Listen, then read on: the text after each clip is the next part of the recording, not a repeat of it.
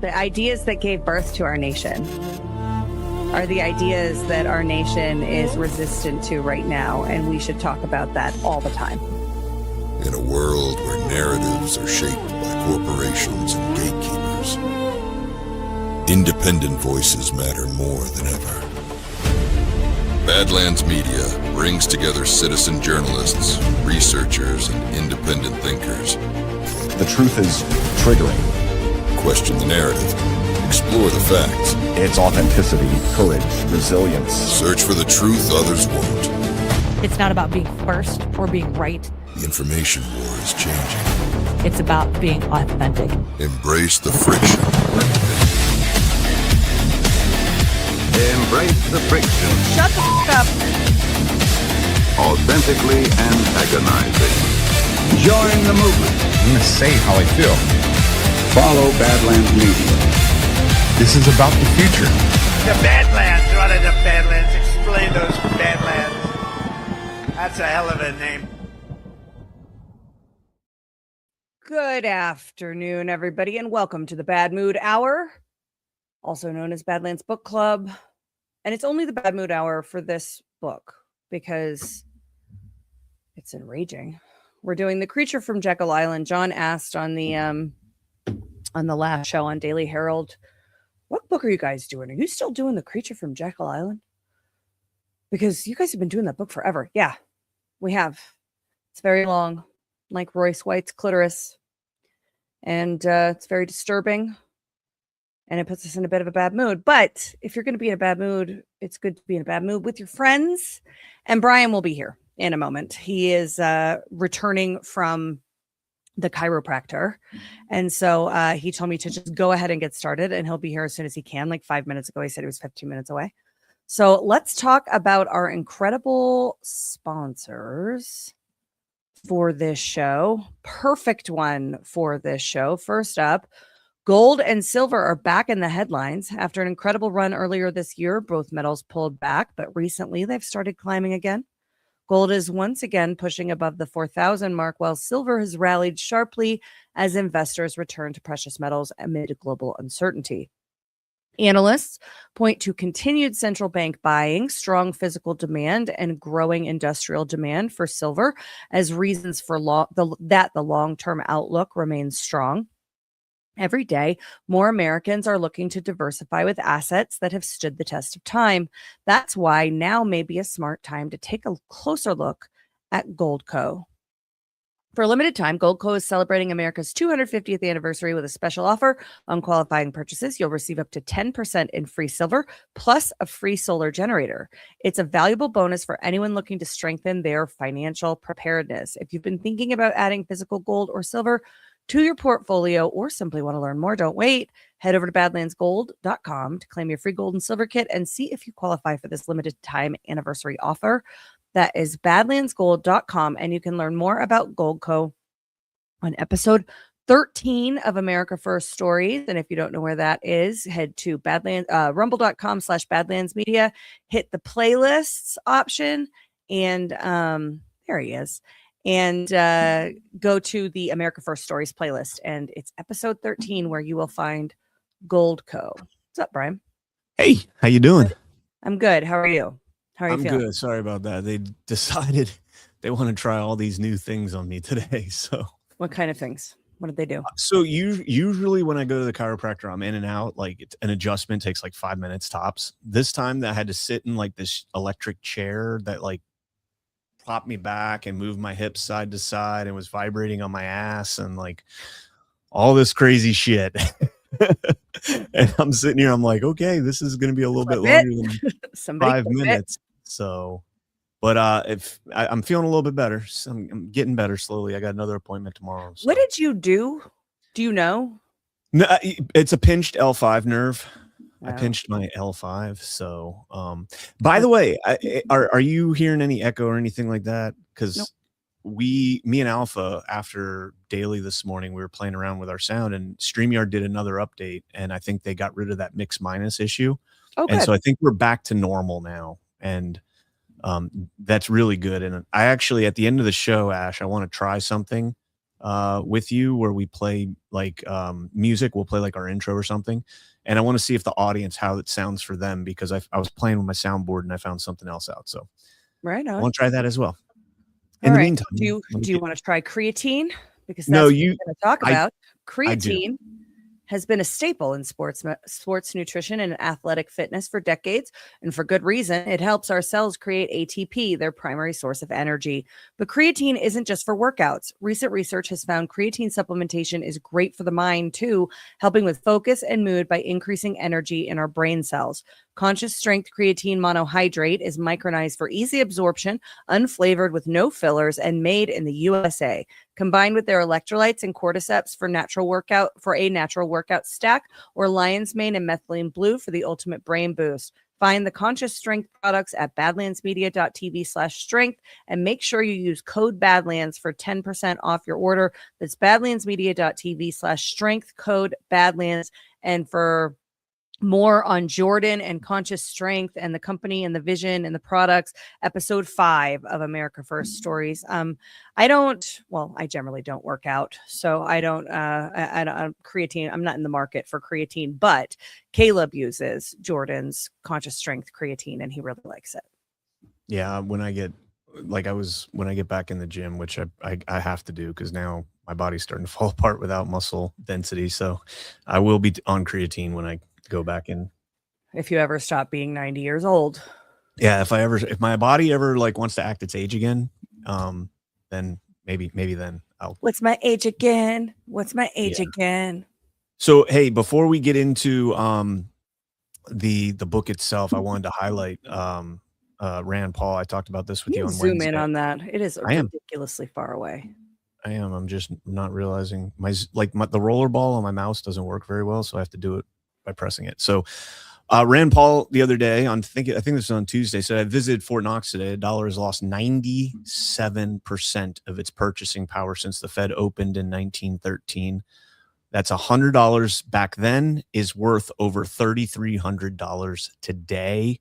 This is no accident. Congress spends without limit while the Fed prints the difference. And then another post here, he said, yes, there is gold, approximately 147 million ounces. It is impressive, but the real point is what it still teaches in 2026. In 1971, we severed the dollar from gold. Since then, the currency has lost roughly 85% of its value. Prices are higher because the money itself is weaker. A family making $50,000 with 2 kids that has not received a 25% raise in the last 5 years is falling behind. This is now often called affordability, but the accurate word is inflation. We run annual deficits of $2 trillion. The Federal Reserve buys about a third of that debt by creating new money. Every new dollar dilutes the value of the dollars already in people's pockets. Gold does not expand when Congress spends. Paper does. That is the difference. Yeah. Also, and it's by design. Yeah, 147 million ounces of gold. I think I did the math. I think it comes out to like almost $600 billion, which is not anywhere near what we were told we have in gold. Like, that's not even close to. Think we're being hoodwinked? No, I think we've been grossly sold this idea that, yeah, don't worry, we still have gold to kind of bolster our money and back up our money, and we don't at all. Like, let me look up real quick. Well, how it's much. not gold that backs up our money, Brian. It's us. It's Right. the full faith and credit of the American people. And as we've explored in this book, the mechanism of inflation is intentional to give the special interests and their congressional partners the ability to tax without taxing. They can raise taxes just by taxes by diluting the value of our currency, and they do. $100 to $3,300, absolutely they do. That is maddening. So I used to do that radio show on Tuesday mornings, and then the guy that I did the radio show with got fired. Yes, I think it was partly because of me and the things that I said on his radio show, but he is being brought back for like 3 days this week to do sit in for a different host and be a guest host. And he asked me to come on this afternoon. And on the program, we have Representative Gabe Evans, the congressman from CD8. So I definitely plan to ask him this afternoon why we should be paying taxes. Is he conservative? Gabe Evans? Yeah. Yeah. Okay. I mean, like fence writing establishment. Yeah. Like Colorado conservative. Yeah. Like, yeah. So I looked it up. We have $2.475 trillion in circulation, which is actually a lot lower than I thought. I thought it was closer to 24 trillion in circulation. So at 600 billion in gold, that's about one fourth of the reserves in gold. So that's not as bad as I thought. Like I thought it was way worse. So it's not as bad as I thought, but it's still not good. But Right. we don't have. So I think it's the wrong framing to think that we need to have gold for every dollar that we Correct. have. Yeah. Correct. But if we were going that's to not the design anymore. But if we were going to reintegrate the gold standard, you would have to devalue the dollar down to what we have in gold reserves. Right. And so you would have to devalue the dollars as it sits right now by 75 by 400%, 300%. Or about 3/4. Excuse me. I'm going the other. Or subtracting. Or we treat the dollar like the Continentals and we do something different. Yeah, I'm with you. That's why Bitcoin, gold, and silver. I think River, badslandsmedia.tv/river and badlandsgold.com.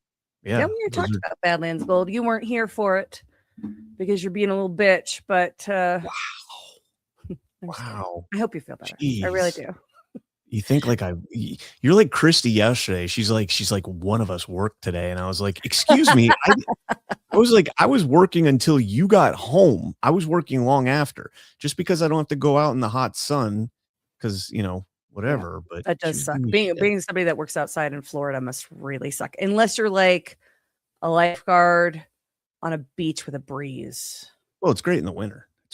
Working outside in Florida in the winter is beautiful. Fair. It's amazing. But That's in the fair summer, point. it sucks. In the summer, it sucks all the way up until November. So, all right, we still have the two sponsors that are ourselves, but we can do this later. Can you start reading? I got to fix something real quick. Sure, we're on section 3, right? The New Alchemy. I thought we were on section 2, chapter 11. This is. Oh no, it is section 3. Oh, I've been saying section 2. I think I even named the show section 2. I was too, and I just opened it up to this. Okay, the New Alchemy. The ancient alchemists sought in vain to convert lead into gold. Modern alchemists have succeeded in that quest. The lead bullets of war have yielded an endless source of gold for those magicians who control the mandrake mechanism. The startling fact emerges that without the ability to create fiat money, most modern wars simply would not have occurred.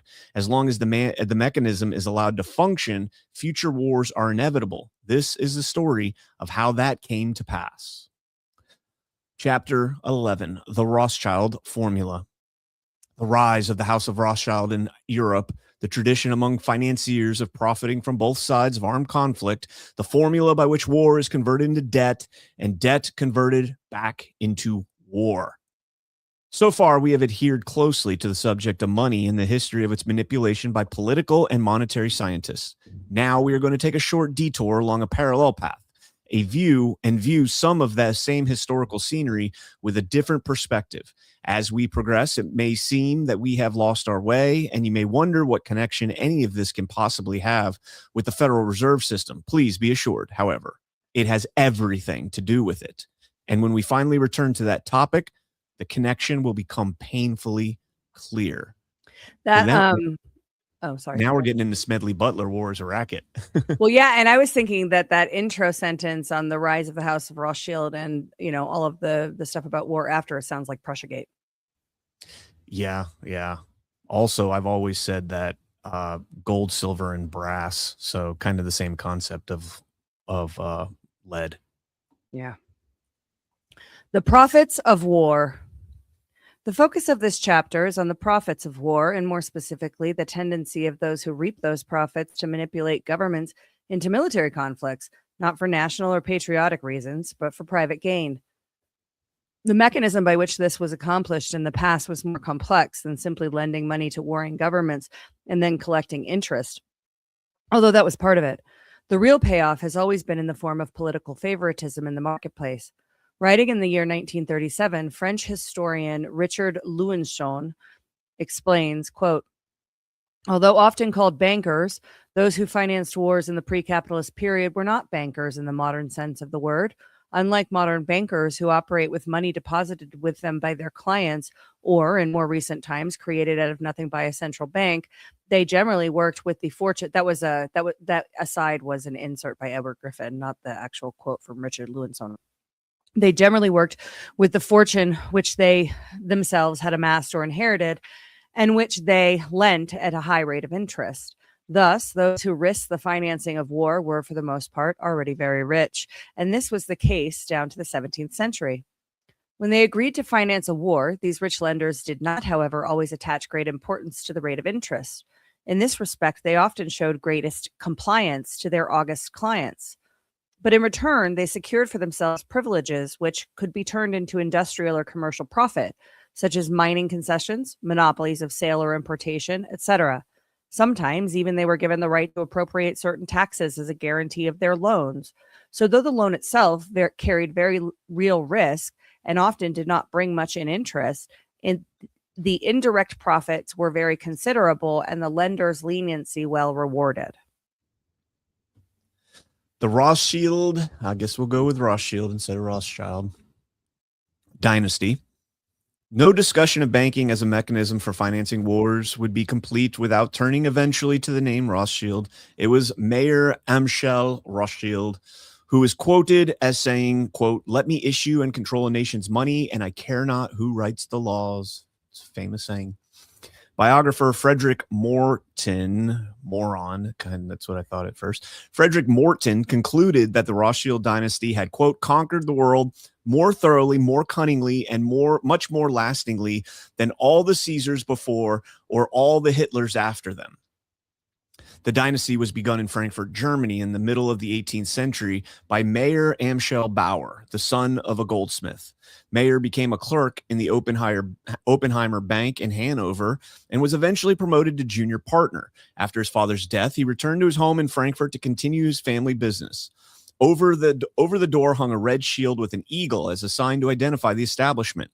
The German words for red shield are Rothschild. And so he changed his name from Bauer to Rothschild and added 5 gold arrows held in the talons of the eagle to represent his 5 sons. You want to read that footnote? I don't think there is a footnote. Yeah, it's the footnote on number 3. No, it's just the sources. It's not any additional context. The Rothschild fortune began when Mayer adopted the practice of fractional reserve banking. As we have seen, he was not alone in this, but the House of Rothschild greatly surpassed the competition. But that was due to his sharp business acumen and also because of his 5 most unusual sons, all of whom became financial power centers of their own. As they matured and learned the magic of converting debt into money, they moved beyond the confines of Frankfurt and established additional operations in the financial centers not only of Europe, but of much of the civilized world. Throughout the first half of the 19th century, the brothers conducted important transactions on behalf of the governments of England, France, Prussia, Austria, Belgium, Spain, Naples, Portugal, Brazil, various German states, and other smaller countries. They were the personal bankers of many of the crowned heads of Europe. They made large investments through agents in markets as distant as the United States, India, Cuba, and Australia. They were financiers to Cecil Rhodes, making it possible for him to establish a monopoly over the diamond fields of South Africa. They are still connected with the De Beers. Pause there for a second.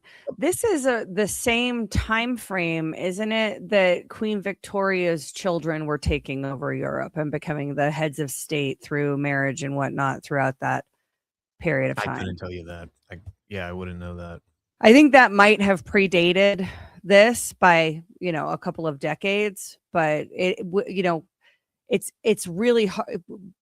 It's good, I think, that we're reading this book after we read The Fourth Turning. And when we read The Fourth Turning, we speculated how the natural seasons of humanity could be hijacked if you had a, kind of world dominating secret central planner. And there's plenty of evidence that there is a world dominating secret central planner that's through these bloodline families, tying back essentially to the same bloodline. Biographer Derek Wilson writes, quote, "Those who lampooned or vilified the Rothschilds for their sinister influence had a considerable amount of justification for their anger and anxiety. The banking community had always constituted a fifth estate whose members were able, by their control of royal purse strings, to effect important events. But the House of Rothschild was immensely more powerful than any financial empire that had ever preceded it. It commanded vast wealth. It was international. It was independent. Royal governments were nervous of it because they could not control it. Popular movements hated it because it was not answerable to the people. Constitutionalists resented it because its influence was exercised behind the scenes secretly.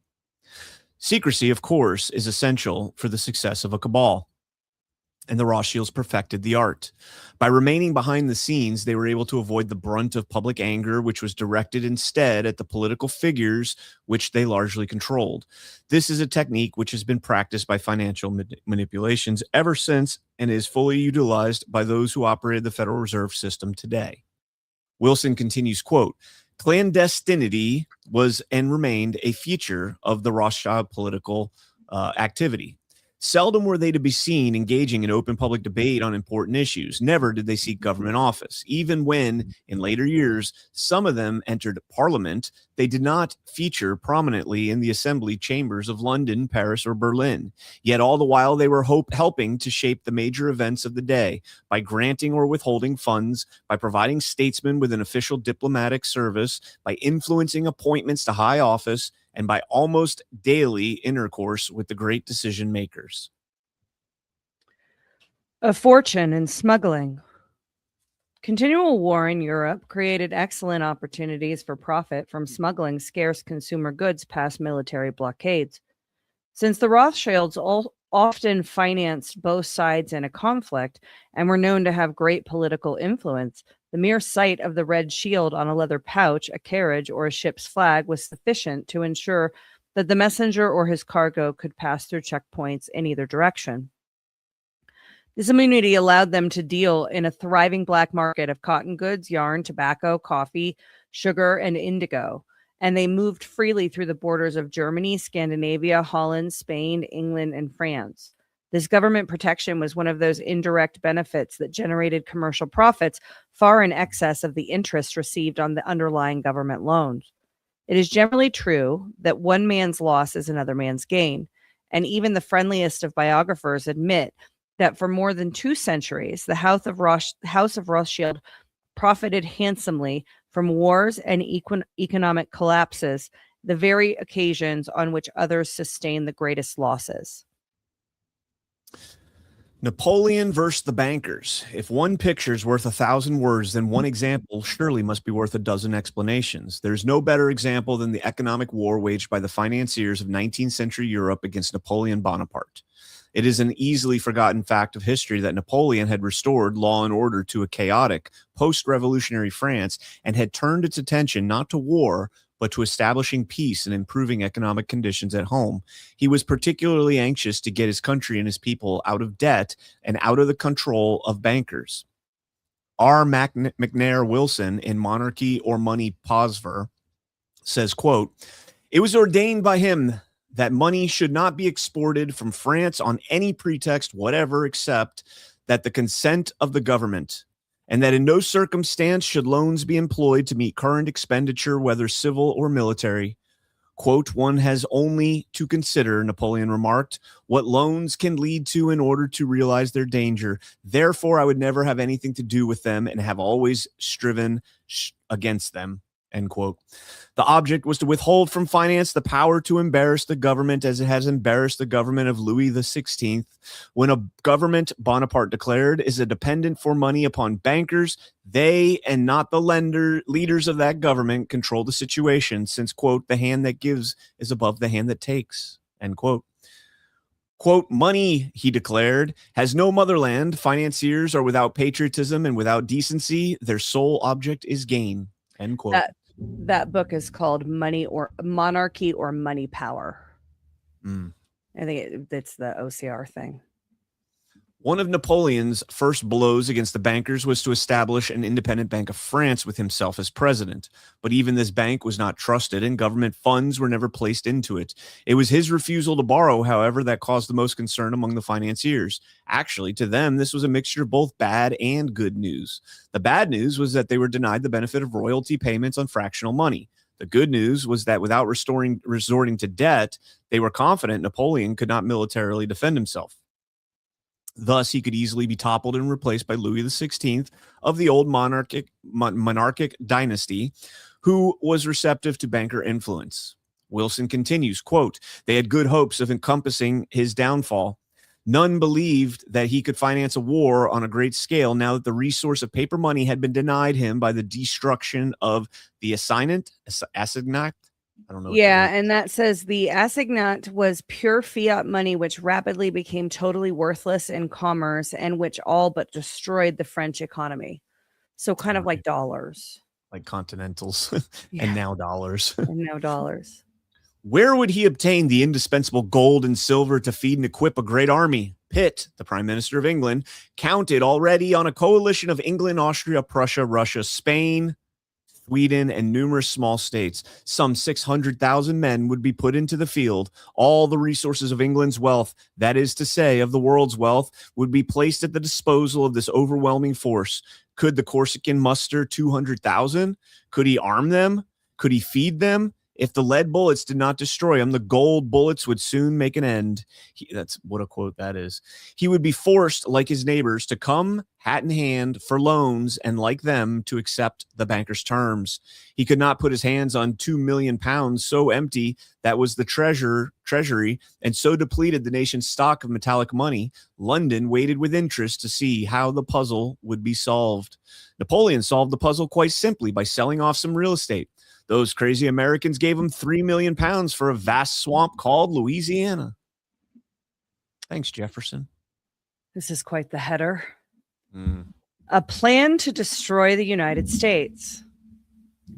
Napoleon did not want war, but he knew that Europe's financial rulers would not settle for peace, unless, of course, they were forced into it by the defeat of their puppet regimes, or unless, somehow, it would be to their monetary advantage. It was in pursuit of the latter tactic that he threatened to take direct possession of Holland, which was then ruled by his brother, King Louis. Napoleon knew that the Dutch were heavily in debt to the English bankers. If Holland were to be annexed by France, this debt would never be repaid. So Napoleon made a proposal to England's bankers that if they would convince the English government to accept peace with France, he would agree to leave Holland alone. The negotiations were handled by the banker, Pierre César Labouchere, who was sent by the Dutch, and the English banker, Sir Francis Baring, who was Labouchere's father-in-law. Although this was an attractive proposal to the bankers, at least on a short-term basis, it was still against their nature to forego the immense profits of war and mercantilism. They revised the proposal, therefore, to include a plan whereby both England and France would combine forces to destroy the newly independent United States and bring at least half of it, the industrial half, back under the domination of England.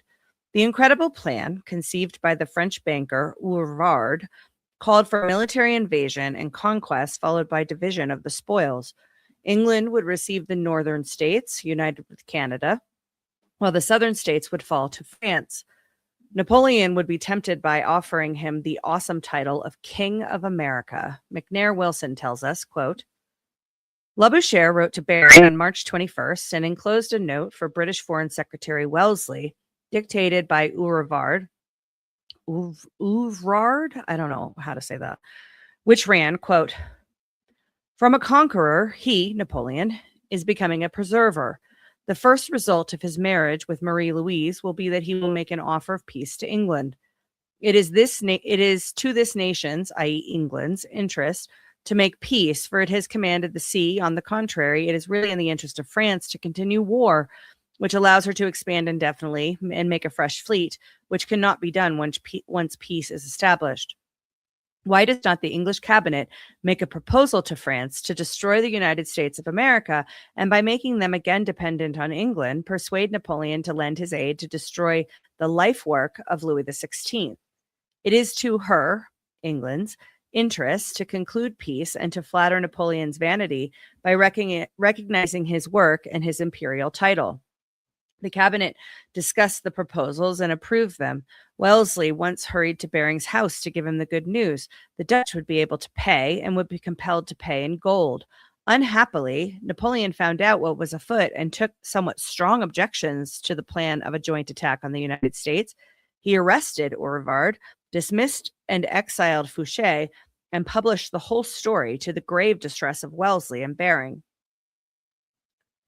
It must not be concluded from this that Napoleon was a paragon of virtue or a champion of honest money. His objection to the bankers was that their monetary power was able to threaten the sovereignty of his own political power. He allowed them a free hand while they served the purpose of the state. Then, when the need for military financing subsided, he would condemn them for making unholy profits and simply take it from them in the name of the people. If the bankers protested, they were sent to prison. And so the battle lines were drawn. Napoleon had to be destroyed at all costs. To make this possible, the Bank of England created vast and new amounts of fiat money to lend to the government so it could finance an overpowering army, just like the Continentals. A steady stream of gold flowed out of the country to finance the armies of Russia, Prussia, and Austria. The economy staggered once again under the load of war debt, and the little people paid the bill with hardly a grumble because they hadn't the slightest knowledge it was being charged to their account. Wilson concludes the story, quote, "The bankers won. Louis XVIII was restored by British arms and British diplomacy to the throne of his ancestors. Loans were placed at his disposal, though Napoleon had left a France which enjoyed a credit balance. A year later, the man whom every king and every banker in Europe called usurper won back his throne with 800 men and without the firing of a single shot. On this occasion, he had no option but to raise a loan for the defense of France.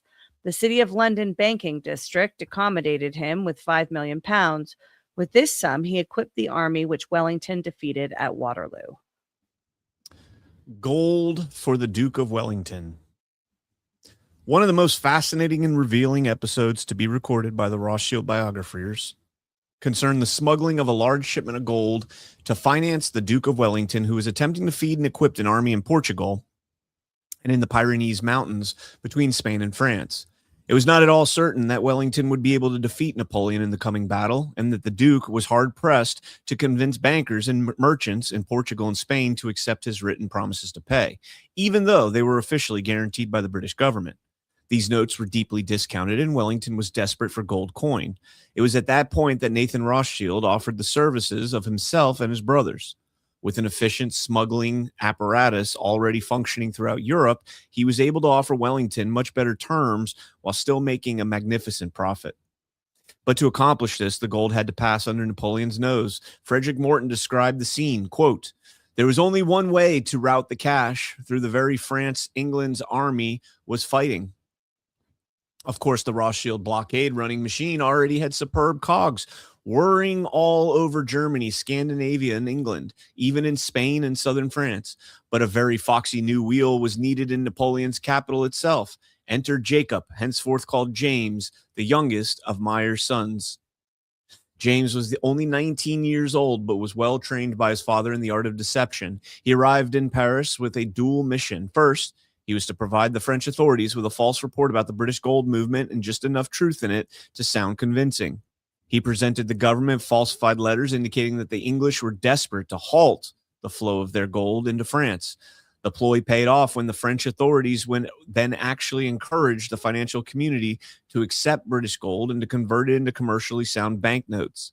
Second, James was to serve as a vital link in a financial chain stretching between London and the Pyrenees. He was to coordinate the receipt of the gold into France, the conversion of that gold into Spanish banknotes, and the movement of those notes out of the country on their way to Wellington.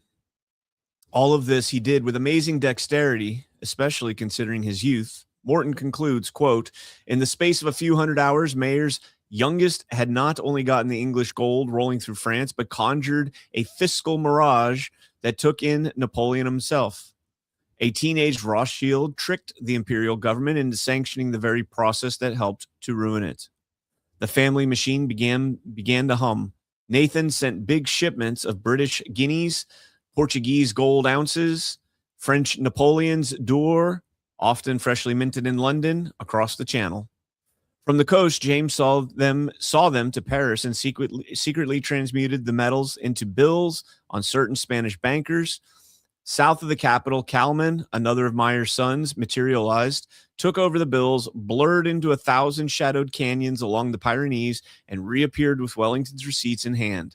Salomon, another son, was everywhere, troubleshooting, making sure the transit points were diffuse and obscure enough to not to disturb either the French delusion or the British guinea rate.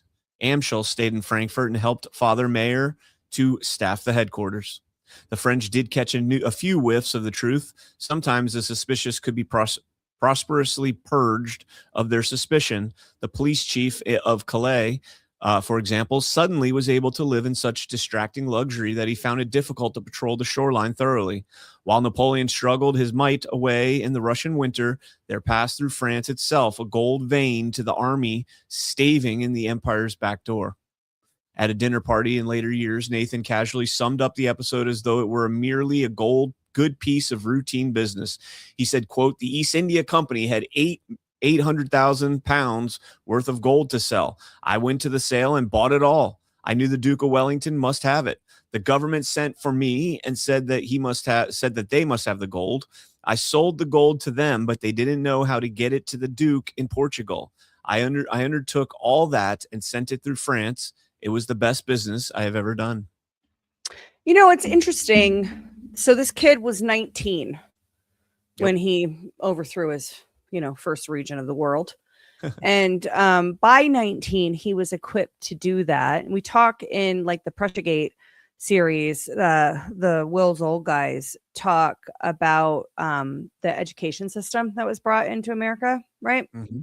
And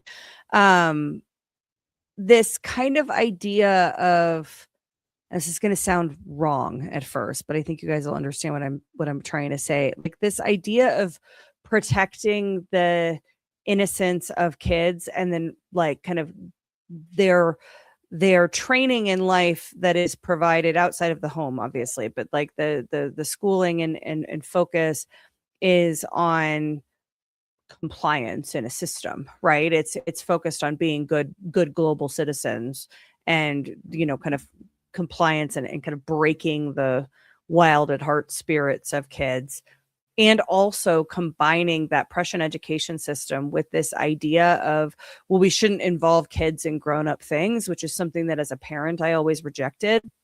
Not like destroying their innocence, but I don't want my kids to be naive, right? I always felt like as a parent, my job is to, my goal for my sons was always for them to be men after God's hearts and critical thinkers that are able to navigate the world. The men after God's hearts part, we teach them the ways, but that's really, you give your kids to God. Critical thinkers is a big part of parenting, right? Getting kids to, and it sounds like that's what the elites focused on, but then put systems in place in the, certainly post World War II order, put systems in place to break the kind of subjugate, domesticate the minds of the youth, such that a 19-year-old American kid is retarded mostly. They might be really book smart, but this 19-year-old kid was trained in the art of deception by the time he was 19. He overthrew a country. Yeah. And so anyway. The Battle of Waterloo. Okay. The final outcome of the Battle of Waterloo between Wellington and Napoleon was crucial to Europe, both politically and economically. If Napoleon had been victorious, England would have been in even greater economic trouble than before. Not only would she have lost international power and prestige, but even at home, her subjects would have been further disgruntled over such great personal and financial wartime sacrifices. Her defeat almost surely would have resulted in not being able to repay the great amounts she had borrowed to conduct the war. In the London Stock Exchange, therefore, the British government bonds were traded along with other securities. Everyone waited anxiously for news of the outcome. It was well known that the Rothschilds had developed a private courier service that was used not only to transport gold and other tangible cargo, but to rapidly move information that could be useful in making investment decisions. It was expected, therefore, that Nathan in London would be the first to know the name of the victor after the cannon smoke had cleared from the battlefield. And they were not to be disappointed. The first news of Wellington's victory arrived in Brussels around midnight on June 18, 1815, where a Rothschild agent named Rothworth was waiting in readiness. He immediately mounted a fresh horse and set off for the port of Ostend, where a boat was standing by to speed him across the channel to London. In the early hours of June 20th, the exhausted messenger was pounding on Nathan's door a full 24 hours before Wellington's own courier, Major Henry Percy, arrived. At least one friendly biographer claims that Nathan's first act was to deliver the news to the prime minister, but that government officials were hesitant at first to believe it because it ran contrary to reports they had received previously telling of serious British setbacks. At any rate, there is no doubt that Nathan's second act of the morning was to set off for the stock exchange to take up a position at his usual pillar. All eyes were upon him as he slumped dejectedly, staring at the floor. Then he raised his gaze and, with a pained expression, began to sell. The whisper went through the crowded room. Nathan is selling? Nathan is selling. Wellington must have lost. Our government bonds will never be repaid. Sell them now. Sell, sell. Prices tumbled and Nathan sold again. Prices plummeted and still Nathan sold. Finally, prices collapsed altogether, and in one quick move, Nathan reversed his call and purchased the entire market in government bonds. In a matter of just a few hours, he had acquired the dominant holding of England's entire debt at but a tiny fraction of its worth. And there's a footnote here. What'd you say? What a scumbag. Yeah, I mean, didn't Michael Saylor just do this with Bitcoin, though? Yeah. The footnote here, the New York Times, in its April 1st, 1915 edition, reported that Baron Nathan Meyer de Rothschild had attempted to secure a court order to suppress a book written by Ignatius Balla entitled The Romance of the Rothschilds on the grounds that the Waterloo story about his grandfather was untrue and libelous. The court ruled that the story was true, dismissed the suit, and ordered Rothschild to pay all court costs. Damn. That's nice. So that was in 1915. Yeah, I mean, the thing is like they invented and perfected these tactics, but here in 2026, this is the way the world works. The manipulation of markets and the pinky promise of public trust bought through government promises and audit firm promises, which are all just pinky promises. Sidonia. Benjamin Disraeli, the Prime Minister of England, wrote a book in 1844 called Coningsby. It was a political novel in which the author expressed his views about contemporary issues. One of the strong characters in the book was a financier named Sidonia. But every detail of Sidonia's actions was an exact replica of the real Lord Rothschild, whom Disraeli greatly admired. In the guise of a novel, we read about the Rothschilds' emigration from Germany, his family and banking ties throughout Europe, his handling of the gold for Wellington, and his financial coup after Waterloo. Then Disraeli wrote, quote, Europe did require money, and Sidonia was ready to lend it to Europe. France wanted some, Austria more, Prussia a little, Russia a few million. Sidonia could furnish them all. It is not difficult to conceive that after having pursued the career we have intimated for about 10 years, Sidonia has become one of the most considerable personages in Europe. He had established a brother or a near relative in whom he could confide in most of the principal capitals. He was lord and master of the money market of the world, and of course, virtually lord and master of everything else. He literally held the revenues of southern Italy in pawn, and monarchs and ministers of all countries courted his advice and were guided by his suggestions. That Disraeli was not exaggerating was that Disraeli was not exaggerating was made clear by the boast of James Rothschild himself. When U.S. Treasury agents approached him in Paris in 1842 with a request for a loan to the American government, he said to them, quote, "You have seen the man who is at the head of the finances of Europe," end quote. There have always been men who were in a position to make private fortunes out of cooperating with both sides in a war. The Rothschilds were not unique in this, but they no doubt perfected the art and became the personification of that breed. They were not necessarily evil in a moral sense. What preoccupied their minds were not questions of right or wrong, but of profit and loss. This analytical indifference to human suffering was aptly described by one Rothschild when he said, quote, "When the streets of Paris are running with blood, I buy."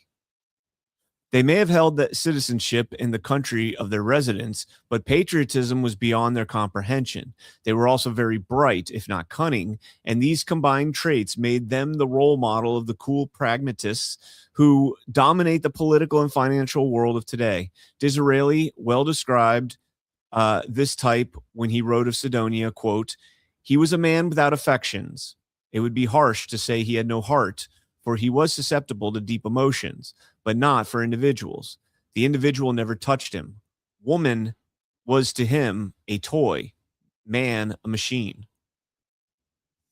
It would seem that an absence of patriotism and a cold analytical outlook would lead financiers to avoid making loans to governments, particularly foreign ones.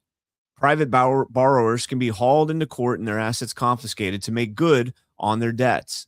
But governments control the legalized use of force. They are the courts. They are the police. Who will seize their assets? The answer is another government. Speaking of a relatively modern example of this principle, Ron Chernow explains, quote, "The new alliance between the monetary and political scientists was mutually advantageous. Washington wanted to harness the new financial power to coerce foreign governments into opening their markets to American goods or adopting pro-American policies.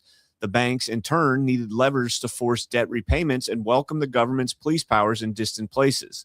The threat of military intervention was an excellent means by which to speed loan repayment. When Kuhn Loeb considered a loan to the Dominican Republic backed by customs receipts, Jacob Schiff inquired of his London associate, Sir Ernest Cassel, quote, 'If they do not pay, who will collect these custom duties?'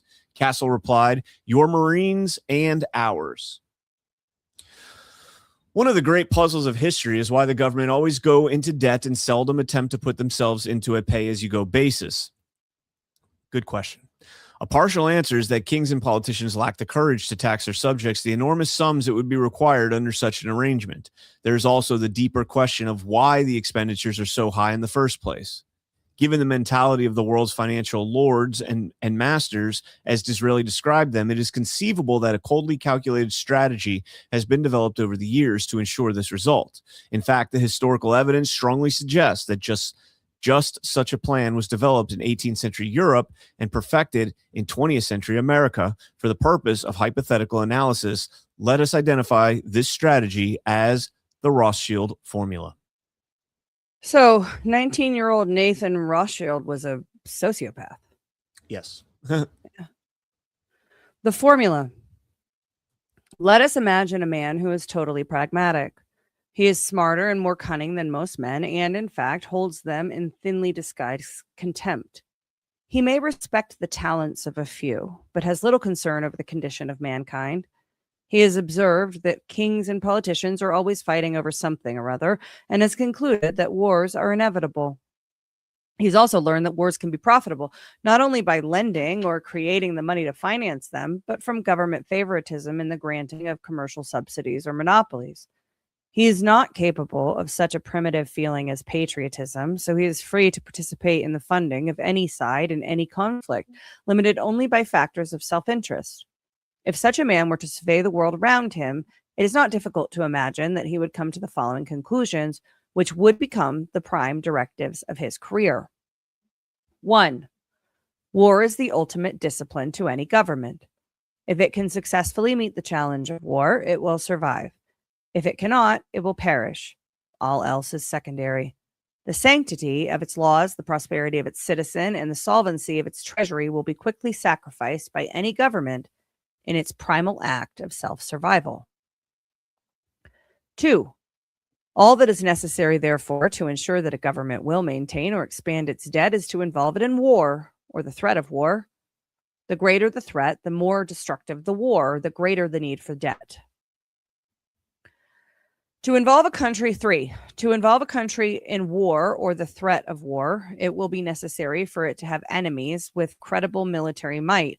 If such enemies already exist, all the better. If they exist but lack military strength, it will become necessary to provide them with money to build their new war machine. If an enemy does not exist at all, then it will be necessary to create one by financing the rise of a hostile regime. We are describing the CIA. Yes, right now. Exactly. The ultimate, which, Colonel Towner would say very eloquently, much more eloquently than I, that the CIA is basically just the enforcement mechanism of the shadow regime, right? She calls the international syndicate. The Prussiagate guys call it Prussia, global corporate communism, whatever you want to call it. The CIA is not operating on behalf of the United States of America, but on behalf of that shadow entity. 4. The ultimate obstacle is a government which declines to finance its wars through debt. Although this seldom happens, when it does, it will be necessary to encourage internal political opposition, insurrection, or revolution to replace that government with one that is more compliant to our will. The assassination of heads of state could play an important role in this process. 5. No nation can be allowed to remain militarily stronger than its adversaries, for that could lead to peace and a reduction of debt. To accomplish this balance of power, it may be necessary to finance both sides of the conflict. Unless one of the combatants is hostile to our interests and therefore must be destroyed, neither side should be allowed a decisive victory or defeat. While we always must proclaim the virtues of peace, the unspoken objective is perpetual war. God, this is the bad mood hour. Whether anyone actually put this strategy into words or passed it along from generation to generation is not important, but obviously true. In fact, it is doubtful it has ever worked that way.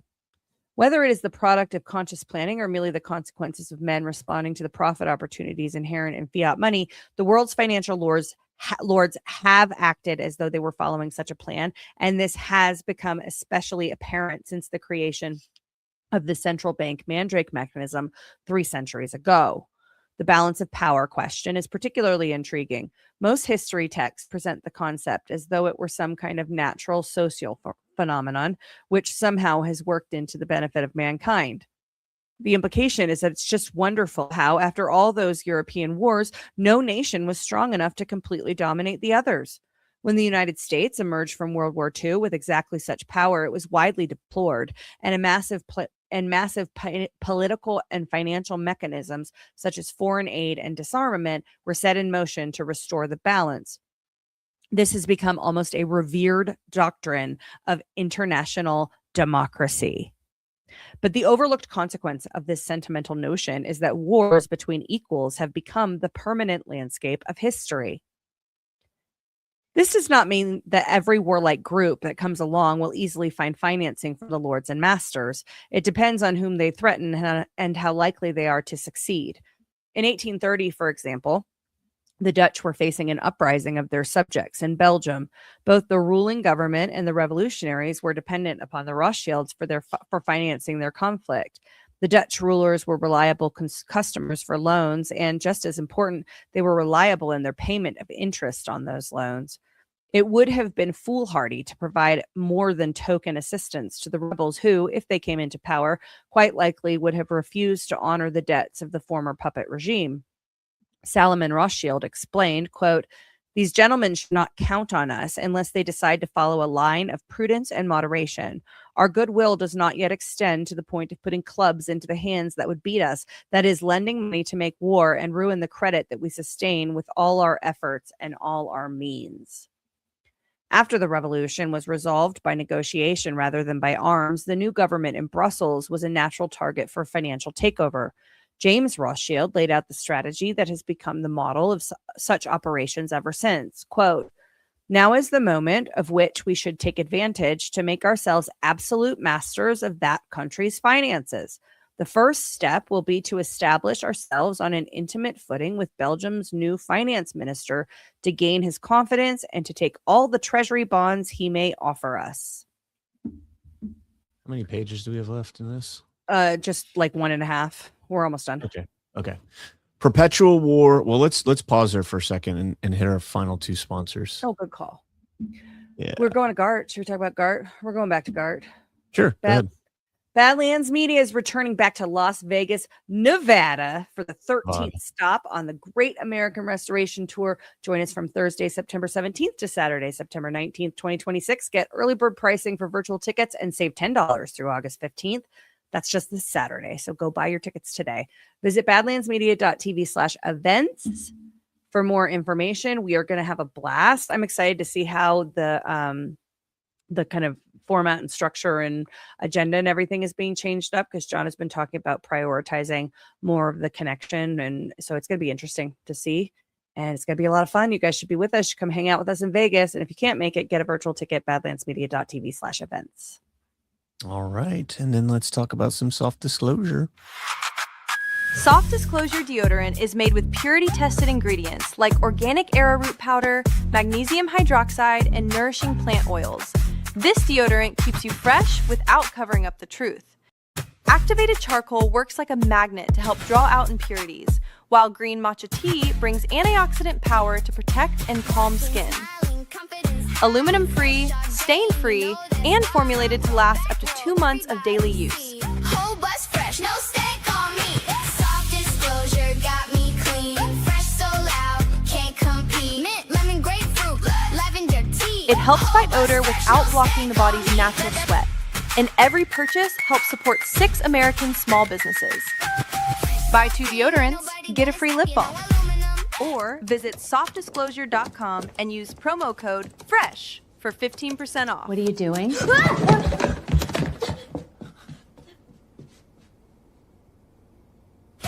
Disclosure got me clean. Fresh so loud, can't compete. You're so right about the footsteps, except he was so into the beard oil that he was, like No he was in situational the awareness. zone. It's in the zone and didn't hear it. No situational awareness. Yeah, that's right. You're right about that. Footsteps are loud as like you. If you're doing something wrong, your senses better be on high alert. All right, we gotta hurry. Softdisclosure.com, promo code FRESH. Perpetual war in 18th century England. Wars, great and small, have always been a plague of Europe. But it was not until they were easy to finance through central banking and fiat money that they became virtually perpetual. For example, the following war chronicle begins immediately following the formation of the Bank of England, which, as you recall, was created for the specific purpose of financing a war. From 1689 to 1697, the War of the League of Augsburg. 1702 to 1713, the War of the Spanish Succession. 1739 to 1742, the War of Jenkins' Ear.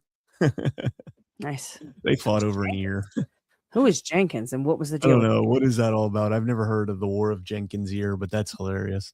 1744 to 1748, the War of Austrian Secession. 54 to 63, the French and Indian War. 93 to 1801, the War against Revolutionary France. 1803 to 1815, the Napoleonic Wars. What is the War of Jenkins' Ear? Did they fight over an ear? Well, you can look it up while I'm reading the summary. Finish your part. All right. In addition to these European conflicts, there were also 2 wars with America, the War for Independence and the War of 1812. In the 126 years between 1689 and 1815, England was at war 63 of them. Wow. That's 1 out of every 2 years in combat. The others were spent preparing for combat. The mark of the Rothschild formula is unmistakable in these conflicts. The monetary scientists often were seen financing both sides. Whether ending in victory or defeat, the outcome merely preserved or restored the European balance of power. And the most permanent results of any of these wars was expanded government debt for all parties.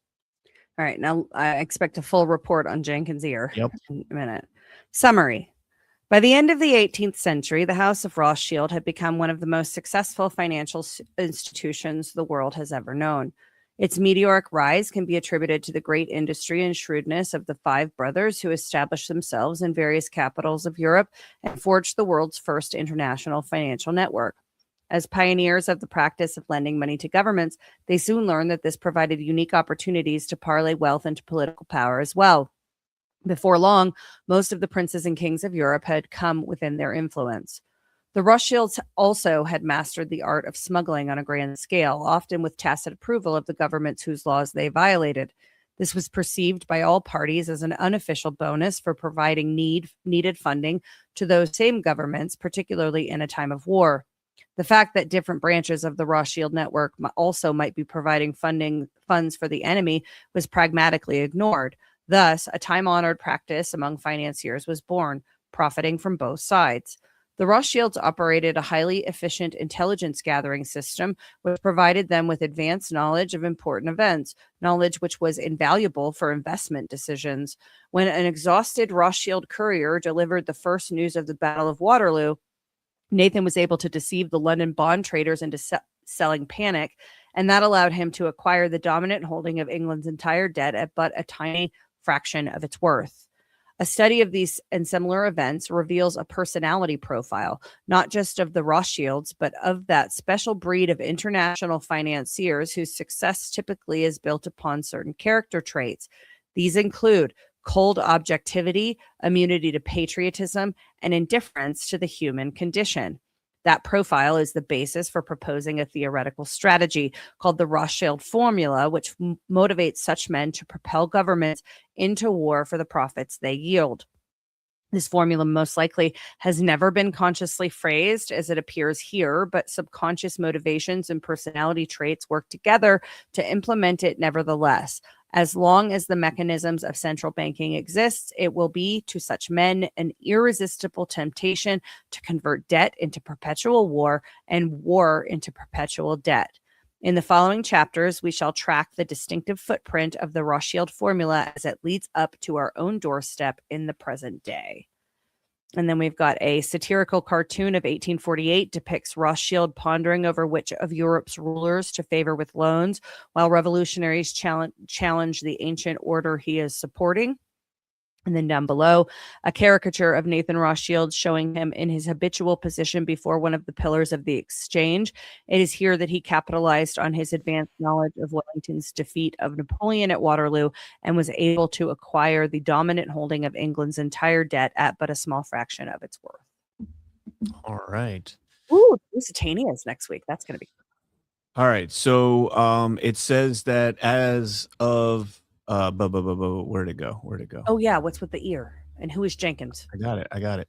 The War of Jenkins' Ear was an armed conflict between Great Britain and Spain that lasted from 1739 to 1748. It was primarily driven by long-standing tensions over trade disputes and smuggling in the Caribbean, rather than the singular incident that gave its war the name.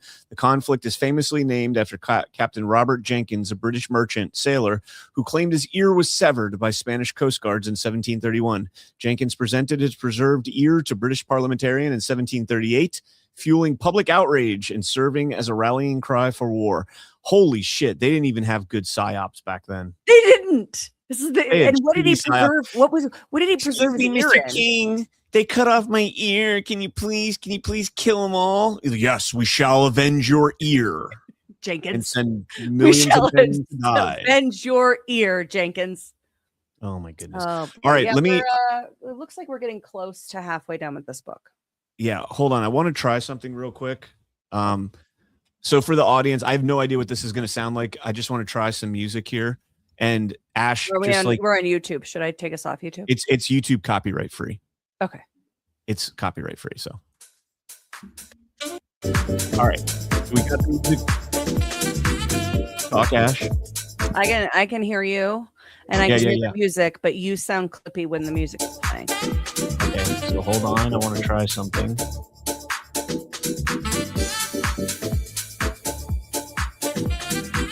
Okay, did the music get better there?